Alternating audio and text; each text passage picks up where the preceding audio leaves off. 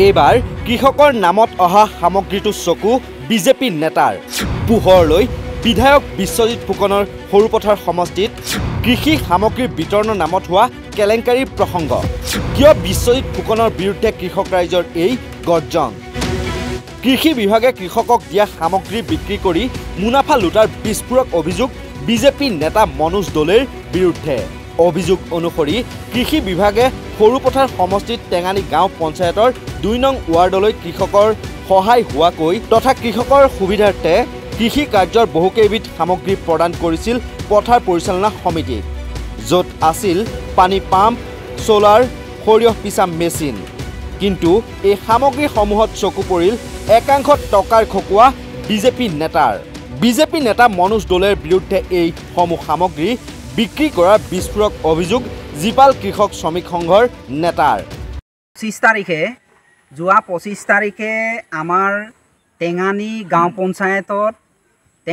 পঞ্চায়তৰ অন্তৰ্গত 2 নং ৱাৰ্ডৰ নিকৰি মাছদলপা গাঁৱত এখন আসলতে আমাৰ ইয়াত পথাৰ পৰিচালনা সমিতি আছে পথাৰ পৰিচালনা সমিতিখনে নজনাকৈ তেওঁলোকৰ অকল প্ৰেচিডেণ্টৰ যোগেদি বৰঞ্চ সেক্ৰেটাৰীয়ে গম নাপায় সদস্যসকলে গম নাপায় বেলেগ এজন সেক্ৰেটাৰী আসলতে নিয়োগ কৰি 2 নম্বৰ কৰি ITDP বোৰ্ডৰ পৰা কিছুমান বস্তু আনিলে কিছুমান বস্তু মানে পানী মৰা মেচিন আৰু লগতে পিঠা খুন্দা মেচিন আৰু তেল পেৰা মেচিন আৰু লগতে সোলাৰ এই পথাৰত যে দি পেলাই 10 ঘৰ মানুহ একেলগে খেতি কৰিব পৰা এনেকুৱা এটা ডাঙৰ সোলাৰ আৰু লগতে হোম সোলাৰ আৰু লগতে ষ্টিক লাইট তেনেকুৱা কিছুমান বস্তু প্ৰায় 16টা মান বস্তু আনি 12টা নে 16টা তেনেকুৱা 16টা বুলি পেলাই ইতিমধ্যে আমি গম পাওঁ আমি আসলতে যিজন বনাই লোৱা সেক্ৰেটাৰী ঘৰত গৈছিলোঁ এই সেক্ৰেটাৰী ঘৰত আমি চাবলৈ পালোঁ অকল 2টা বস্তু আমি দেখি পালোঁ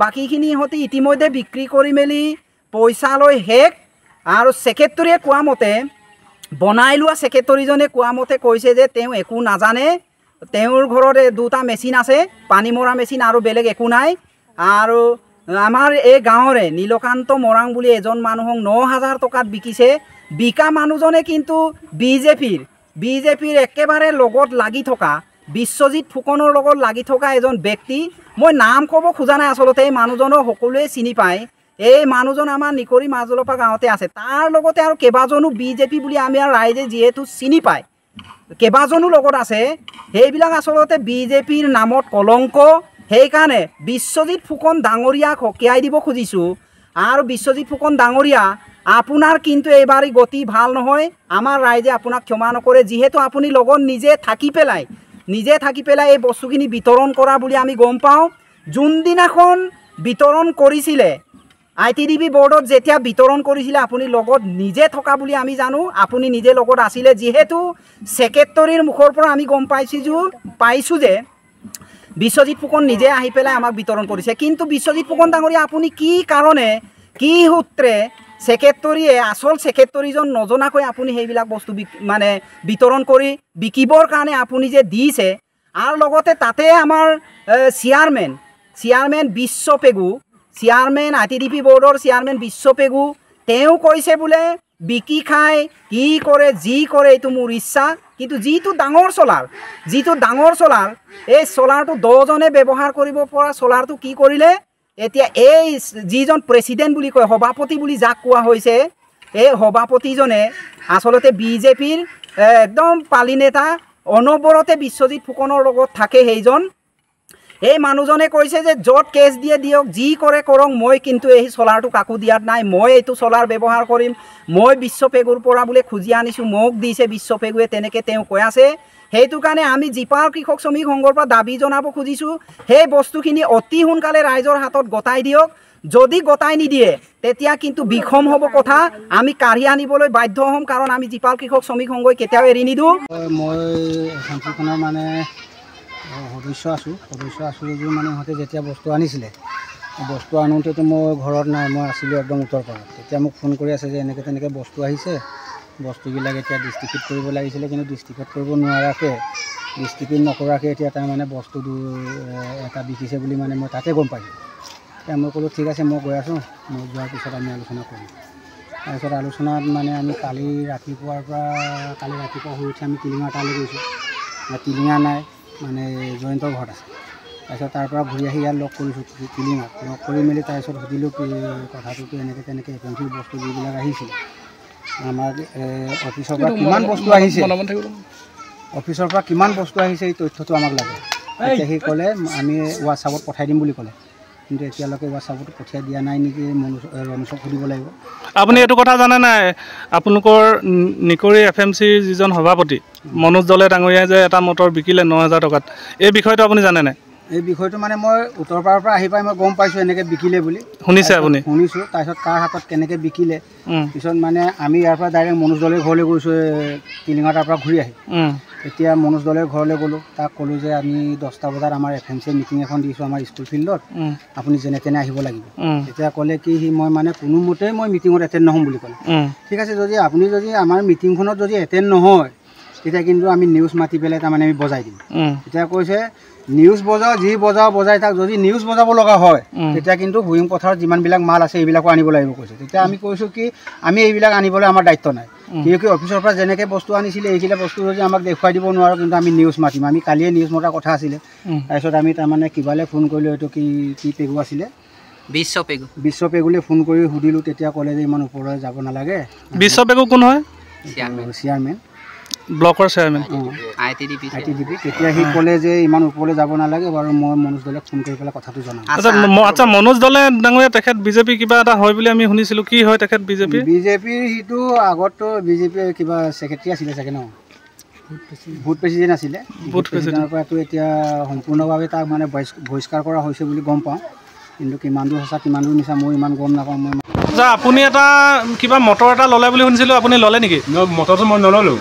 কিয় নল'লে? এই 15,000 দিছিলোঁ, 15,000 দি মই 15,000 নল'লোঁ। তাৰপিছত এই দাম নিমিলিলে 60,000 টকা দিছিলোঁ, তাৰপৰা নিজে 60,000। আপোনাক কোনে দিছিলে? এইটো আমাৰ দাদাক লগাই লিংক লগাই পেলাই মনোজ দলে কৰিছিলোঁ। মনোজ দলে কোন হয়? আমাৰ গাঁৱৰ মনোজ দলে। আমাৰ চেন্নাইমালা পিন্ধিছিলে যে, এইটোৱে বিজেপিৰ প্ৰেচিডেণ্টে কি জানো এইটো। এই আগতো প্ৰায় এই 2 নম্বৰ কৰি আছেই। এইবাৰ ৰাস্তা কামো কৰিছিলে, তাত চব ৰাস্তা ধ্বংস কৰি পেলাই গেবিলিও নেপেলালে, বিজেপি টকাও নিদিলে, কলকাতিৰ লিডাৰ এটাহে তাত দিলে টকাটো। এইটো টকা দিব নোৱাৰিলে, এইবাৰ ৰাস্তা বৰবাদ কৰি দিলে। আকৌ মনোজ দলে নামত আৰু এটা আগৰ এটা কমপ্লেইন এটা আছিলে, তেখেতে JCB লগাই ৰাস্তা বনাওঁতে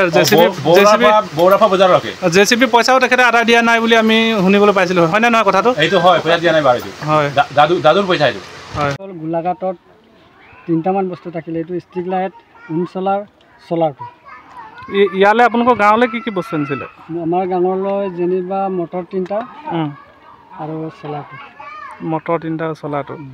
এই পিঠা হালধি পিঠাটো। তাৰপিছত এইটো যে মেচিনটো নীলকান্তক বিকিলে, সেইটো পইচাটো কোনে ল'লে? এইটো মই বিকাটোৱে গম নাপাওঁ। এইটো প্ৰেচিডেণ্টে মেচিন এটা চলাৰটো ৰাখিছিলে, প্ৰেচিডেণ্টে গম পাব। এইটো মই নাজানো। প্ৰেচিডেণ্ট কোন? মনোজ দলে, FMC। আপুনি ছেক্ৰেটাৰী? সেইটো 9,000 টকাত বিকিলে বুলি কৈছে। জানো দে, ইয়াক তাক সুধিলে গম পাব, এইটো মই নাজানো, বিশেষকৈ মোক জনোৱাও নাই। এতিয়া আমি আপোনাৰ ঘৰত 3টা বস্তু দেখিছোঁ, আপুনি টোটেল কেইটা আনিছিলে এইটো কৈ দিয়ক। টোটেল মই একদম অফিচৰ পৰা কেইটা আনিছিলে? এইটো অফিচৰ পৰা এইটোৱে কৈছোঁ, মই অথনি ক'লোঁ নহয়। এই ধৰক ধান খুন্দা মেচিন 2টা আৰু পিঠাগুড়ি খুন্দা 2টা, 4টা আৰু হেৰি ধৰক সেই সৰিয়হ পিছাটো 2টা, 6টা, তাৰপৰা মটৰ 6টা, পানী মটৰ 12টা, হোম চলাৰকেইটা অহা নাই। হোম চলাৰকেইটা গোলাঘাটত 12টা অকল মটৰে আনিছে। আৰু এইবিলাক বস্তু যেনিবা দুটাকৈ তাত কৈ গ'ল। 3টা বস্তু ডাঙৰ হোৱাৰ কাৰণে আনিব নোৱাৰোঁ, এই 3টা বস্তু গোলাঘাটত আনিবলৈ ক'লে। 12টাৰ ভিতৰত যেনিবা হুইং পথাৰত থাকি আহিলে 6টা। কৰিব লাগে। মই সেইটো বিভাগৰ চলাৰটো পাছৰ বস্তু, যেনিবা চলাৰটো মটৰৰ মেচিনৰ বস্তুটো মানে হেৰি কেৱল ইমানেই নহয়, টেঙানী অঞ্চলত পথ নিৰ্মাণৰ সময়তো ভয়ংকৰ দুৰ্নীতি সংঘটিত কৰাৰ অভিযোগ উত্থাপিত হৈ আহিছে বিজেপি নেতা মনোজ দলেৰ বিৰুদ্ধে। ৰাইজৰ এই অভিযোগক গুৰুত্ব সহকাৰে লৈ বিধায়ক বিশ্বজিৎ ফুকনে তদন্তৰ নিৰ্দেশ দিবনে নে বিজেপি নেতা হোৱাৰ সুবাদতে বাছি যাব মনোজ দলে। ব্যুৰ' ৰিপৰ্ট নৰ্থ ইষ্ট নাও।